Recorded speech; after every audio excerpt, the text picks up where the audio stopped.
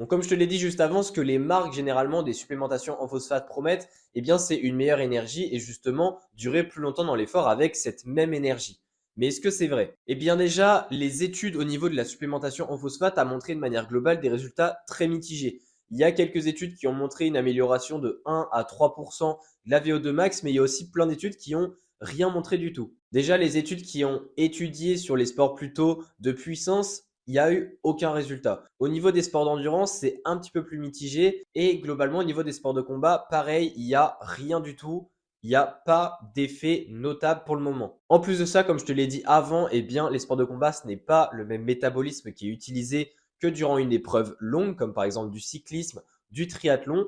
Et apparemment, le phosphate n'aurait pas du tout d'intérêt. En bref, la science n'a pas vraiment approuvé ce supplément. Et en plus de ça, jackpot, il y a aussi des effets secondaires. C'est-à-dire que si tu prends du phosphate, tu peux avoir des problèmes de digestion, des nausées, des vomissements, etc. Et ça, on ne veut pas vraiment pour la performance. Sans compter qu'il va falloir payer assez cher puisque une supplémentation en phosphate, tu peux compter entre 20 et 50 euros le paquet pour justement te supplémenter en quelque chose qui, au final, n'aura pas d'effet. Et si tu fais un sport de combat, c'est sûr que ça n'aura pas d'effet.